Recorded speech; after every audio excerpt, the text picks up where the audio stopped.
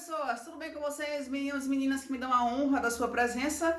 Por aqui tudo na paz de Jesus. Para quem não me conhece, muito prazer, eu sou Nadia Araújo e voltamos para mais um Contando Sua História, que é um quadro onde as brasileiras contam as suas histórias de amor, paixão, ódio, loucura, com os boy magia das Arábias ou não necessariamente das Arábias. Quem quiser participar, manda para mim um e-mail, não se preocupe que a sua identidade será preservada. E sem mais demoras, vamos lá para a história de hoje, que é de uma brasileira que mora no Japão, se relacionou com um paquistanês e o negócio deu muito errado pro lado dela. Vamos lá? Ela diz o seguinte: não foi por internet que eu conheci o embuste paquistanês, mas independente de ser através de uma tela do celular ou computador, os perigos têm a mesma proporção. Quando eu me separei do meu primeiro marido, que era descendente de japonês, na época eu estava com 31 anos de idade e mudei de província. Moro no Japão. Na verdade, à procura de outro tipo de trabalho e porque também me sentia muito sozinha onde morava. Então, fui morar perto de uns conhecidos e comecei a sair aos fins de semana para me distrair e sair da rotina de casa e trabalho. Foi aí então que conheci o indivíduo. Na verdade, quando os vi, sim, estavam em dois. Eu me interessei pelo amigo dele, que mais tarde, depois de tomarmos uns drinks e conversar bastante, o rapaz não se conteve e me disse que era casado. Até aí tudo bem. Não tinha rolado nada mesmo e achei até decente da parte dele, mas o outro, o então ex-marido dela, começou a se aproximar quando viu que não ia acontecer nada entre a gente. O tempo foi passando e sempre a gente se via no mesmo barzinho aos fins de semana. Então, depois de algum tempo, começamos um relacionamento. Ele veio morar comigo. Alguns amigos me alertavam pelo fato de ele ser do Paquistão e com certeza não prestava. Era assim que meus amigos e amigas o viam, como machista, o terrorista e também tinha fama de mulherengo. Para piorar, ainda era 10 anos mais novo do que eu. Mas era tarde demais, já estava apaixonada. Hoje me dou conta que era apenas um sexo bom, nada mais. Fiquei a par da sua situação em relação a visto. E ele me contou que estava ilegal no país e que trabalhava aqui no Japão, mas seu visto de turista já tinha vencido há muito tempo. E seguiu assim por um bom tempo, já que onde ele trabalhava faziam vista grossa, por ser um trabalho sujo e pesado que japonês nenhum queria. Como eu já estava de 4 igual uma jumenta, ofereci casamento para ele, para que ele pudesse regularizar a situação e, claro, ganhar o tão sonhado visto de estadia no país e trabalhar em firmas maiores, com salários melhores. Claro que ele não pensou uma vez e aceitou de cara. Minha família não gostou da ideia, mas não se opuseram. Mas antes mesmo de começarmos a reunir documentos, tivemos uma discussão muito feia, por ciúmes. Ele já estava começando a mostrar o quão podre era, mas eu, cega, sempre acreditava nas desculpas esfarrapadas. Mas neste dia em que discutimos, por causa de uma garota que trabalhava junto a ele, eu assinei meu atestado de quase morte. No calor da discussão, eu me excedi e lasquei-lhe um tapa na cara, que prontamente foi revidado com um soco tão forte que não cheguei a desmaiar, mas caí e perdi os sentidos por alguns minutos. Depois foi gente acudindo daqui e dali e eu só queria saber onde o embuste estava, pois queria dar parte dele na polícia. Enfim, vieram amigos meus, amigos deles e por fim me convenceram a deixar quieto. E eu, burra, não fiz nada. Mas deixei claro que se ele se aproximasse de mim, iria denunciá-lo à polícia local. Mas aqui no Japão não fazem nada a respeito de briga de casal. Passaram-se alguns meses depois do incidente e eu não o via. mas ainda doía mais por dentro do que por fora. A agressão, enfim, ainda sentia amor por ele, mas não procurei. Mas ele bateu à minha porta depois de 2 meses e veio acompanhado do amigo que me prometeu que nada iria me acontecer e que só foram lá para se desculparem e um monte de conversa para boi dormir. E eu acreditei no arrependimento dele. E acredite, voltamos. Sim, eu ainda estava cega e apaixonada. Voltou a morar comigo e tudo foi um mar de rosas. Me tratava feito uma rainha, cozinhava para mim, arrumava casa, um cavalheiro, até abrir a porta do carro. E finalmente nos casamos no papel, na prefeitura. Sim, aqui no Japão, primeiramente se registra o casamento na prefeitura e depois no consulado do Brasil. Por fim, demos a entrada de pedido de visto, o que não foi negado e conseguiu 1 ano. Até aí, tudo bem. Mas no 3º ano de casamento, quando viu que a imigração o deu 3 anos de visto, a coisa começou a mudar. Ele começou a sair sozinho e a beber também. Emprego nenhum estava bom para ele. Mudamos inúmeras vezes e nunca estava satisfeito. Começou a beber em casa também, onde vieram mais brigas e mais agressões. Cheguei num ponto onde já não tinha mais amigos e morava longe. Não tinha quem me socorresse. Ele já me traía na época e eu fechava os olhos porque dependia dele financeiramente.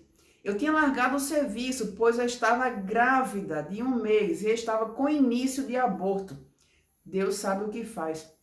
Mesmo grávida, ainda sofria agressões e era chamada de... E aqui ela diz algumas palavras que eu não vou falar aqui, mas são palavras muito pesadas. Depois de 2 meses, devido a uma briga horrorosa, acabei perdendo o bebê. O que foi motivo para mais brigas, porque ele me acusava de ter feito algo para que a gravidez não fosse adiante.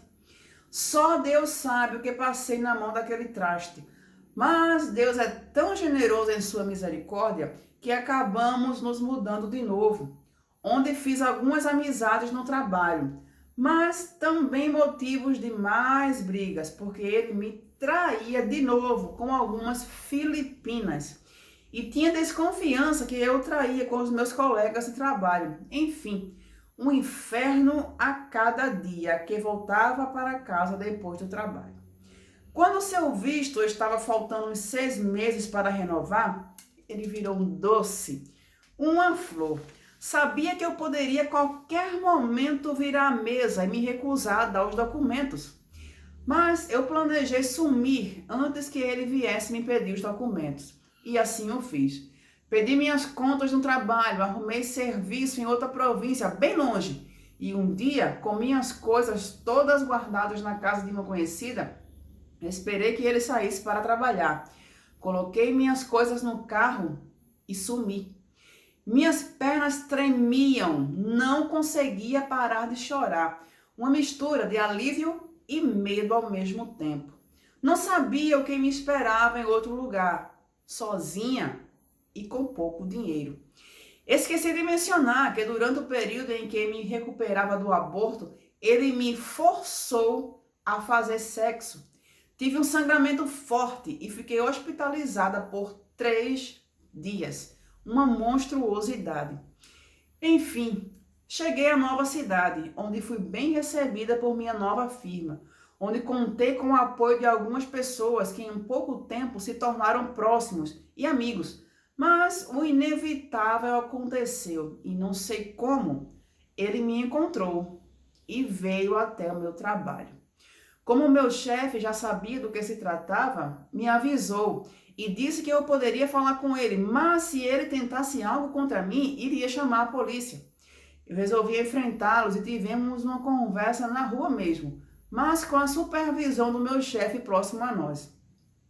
Marcamos um encontro na mesquita, onde havíamos casado, e eu queria o divórcio a qualquer custo.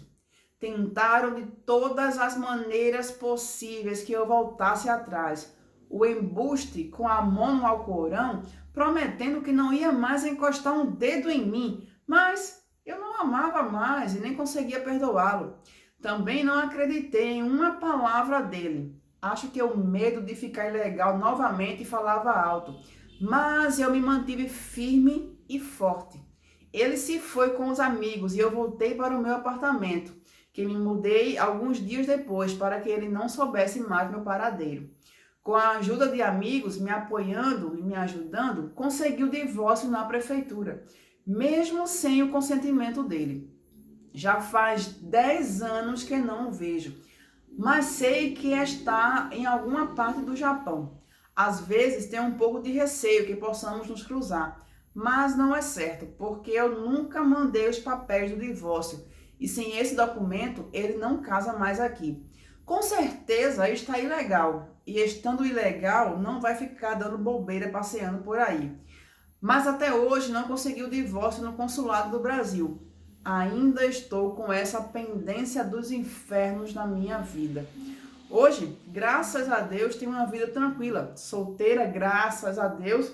Viajo, me divirto com meus filhos do primeiro casamento.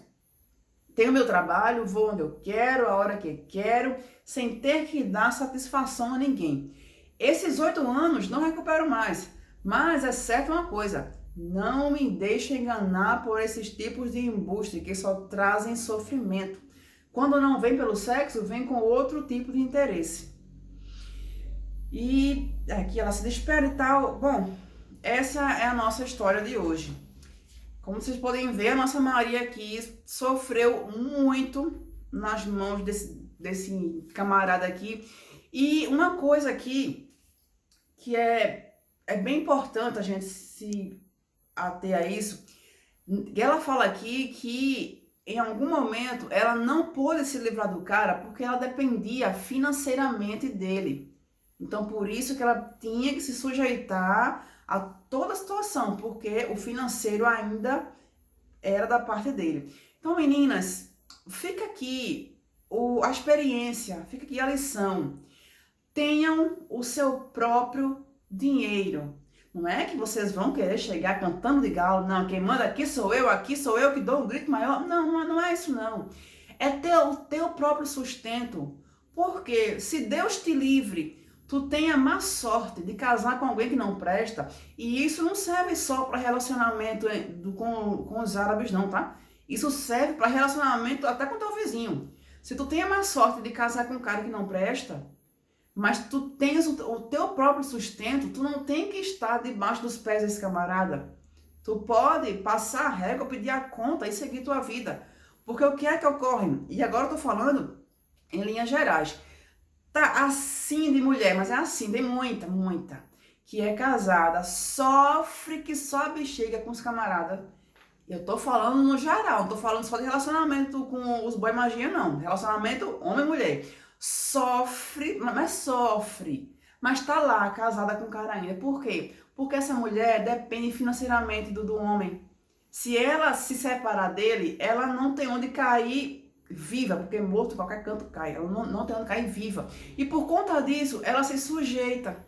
E o homem sabendo que a mulher depende dele, aí é que lasca o cacete, aí é que ele faz o que quer, porque ele sabe que essa mulher não vai largá-lo, porque ela depende dele. Então, meninas, tenham isso em mente.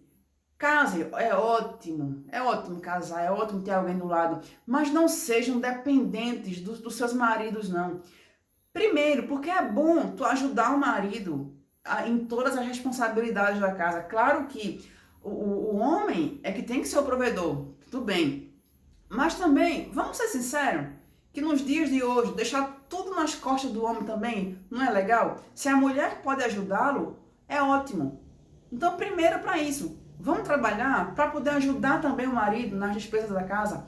E segundo, se ocorrer de casar com um cara que não preste, se tu tem o teu dinheiro, o teu salário, a tua vida financeira organizada, tu pode dizer, filho, deu pra mim, tá? Beijo, tchau, fui. E tu não tem que estar embaixo de pé de homem nenhum, porque tu dependes dele. Porque se ele não pagar as tuas contas, tu não vive. Ok? Bom, no caso da nossa Maria aqui, graças a Deus ela conseguiu se separar do cara, né? Não tá sofrendo mais com ele, mas ela passou poucas e boas com ele. Poderia ter evitado? Poderia, mas como acontece na maioria dos casos, a mulher confia, a mulher acha que o cara presta, a mulher acha que com ela vai ser diferente, e aí ela se envolve, depois já tá a bosta feita, não tem muito o que se fazer. Bom, meninas, fica mais uma história aqui, mais um alerta, mais uma experiência, mais uma história para que a gente aprenda com os erros alheios, não façamos a mesma coisa, tá? Muito agradecida para nossa Maria que contou a história, muito obrigada para quem acompanhou até o final e a gente se vê no próximo vídeo. Tchau!